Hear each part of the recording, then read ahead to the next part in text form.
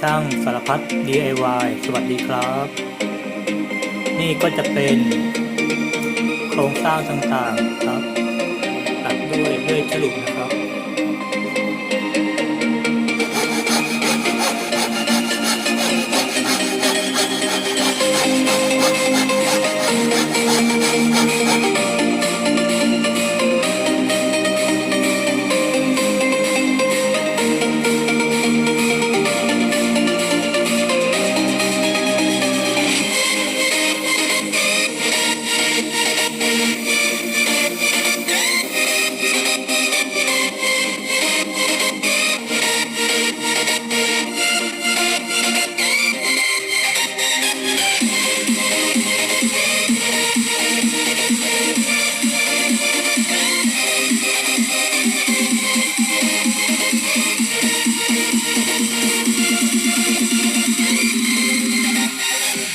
ใส่เฟืองอีกตัวเข้าไป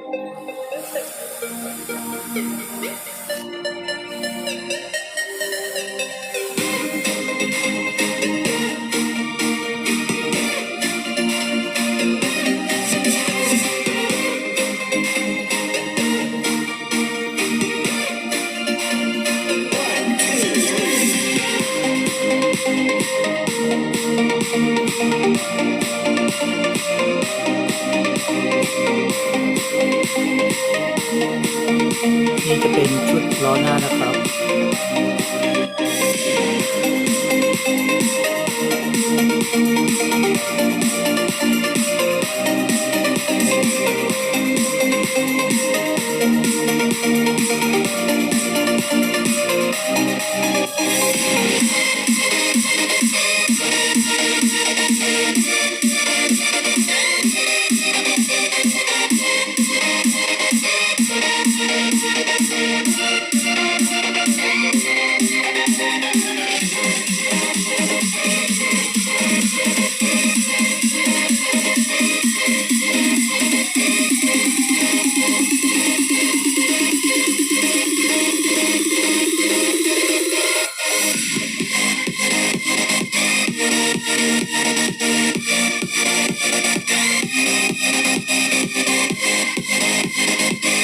ตัวนี้ใช้เป็นมอเตอร์บังคับเลี้ยวซ้ายขวานะครับ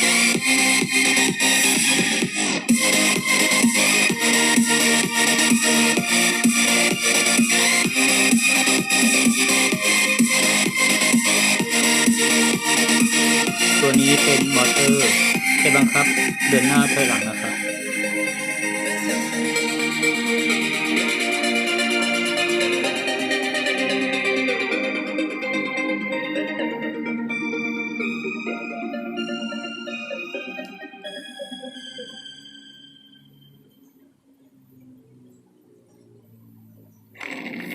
เพราะช่วงเวลาสำคัญเกิดขึ้นเพียงเสี้ยววินาที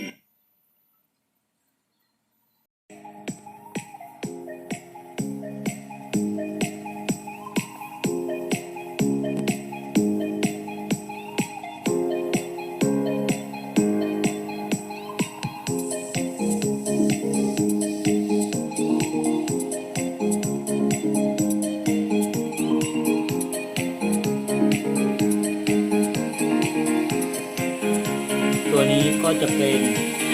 แผงวิทยุฝั่งรับนะครับ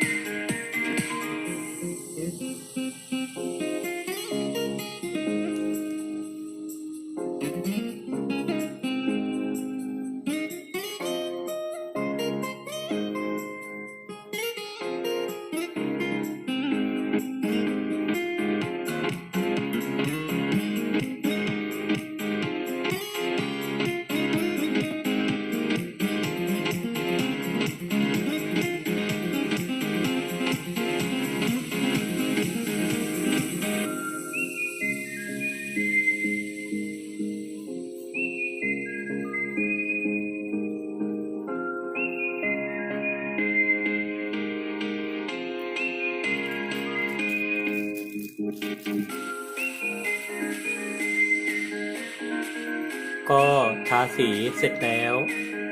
เดี๋ยวไปทดสอบกันนะครับ